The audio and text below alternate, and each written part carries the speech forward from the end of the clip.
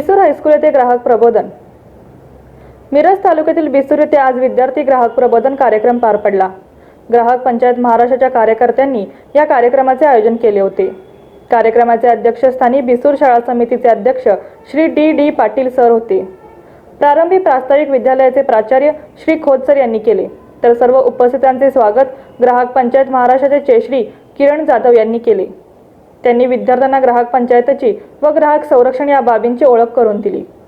ग्राहक पंचायत पुणे विभागीय सहसंघटक श्री आलमशाह मोमीन यांनी भेसळ, खोट्या जाहिराती व वजनातील फसवणुकीबाबत सविस्तर माहिती विद्यार्थ्यांना दिली।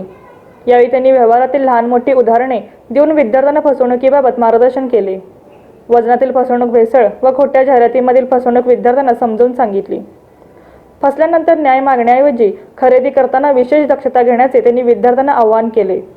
ग्राहक पंचायत महाराष्ट्राचे सांगली जिल्हा संघटक श्री सुरेश भोसले यांनी ग्राहक संरक्षण कायद्यातील सन 2020 सालच्या दुरुस्तीबाबत माहिती दिली।